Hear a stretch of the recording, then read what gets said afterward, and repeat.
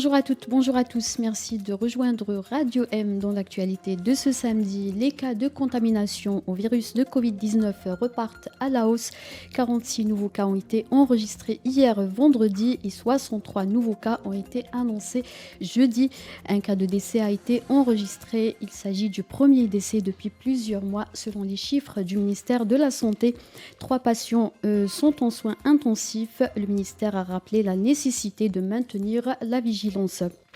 2 affaires de corruption dans le sport ont été déférées à la chambre correctionnelle du tribunal de Chiraga à Alger. Les procès auront lieu le 21 septembre prochain.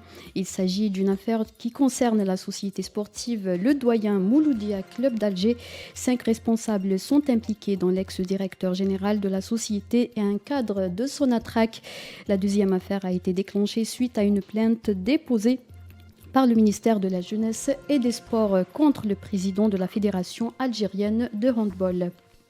Une délégation des Nations Unies conduite par le rapporteur spécial sur la liberté de réunion et d'association sera en visite en Algérie le mois de septembre prochain.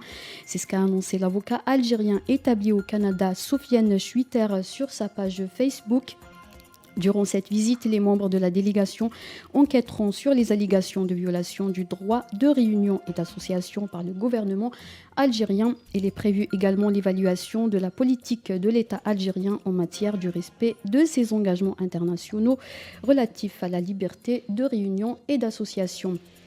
Les Tunisiens sont appelés à voter par référendum le lundi 25 juillet sur une nouvelle constitution. De nombreux partis politiques et des associations ont appelé au boycott du scrutin. Une coalition d'organisations de la société civile a tenté hier soir de manifester contre le référendum, mais la protestation a été dispersée par la police. En Libye, le bilan des affrontements survenus hier à Tripoli entre les forces affiliées à la garde du Conseil présidentiel et la force Al-Rada s'est alourdi à 13 morts et 30 blessés. Parmi les victimes figurent des soldats et des civils, dont un enfant. L'Ukraine et la Russie ont signé hier à Istanbul 2 accords séparés avec la Turquie et les Nations Unies sur l'exportation des céréales ukrainiennes. L'accord sera valable 4 mois, le temps de sortir au moins 25 millions de tonnes de céréales bloquées en Ukraine. C'était la dernière information. Merci de nous avoir suivis.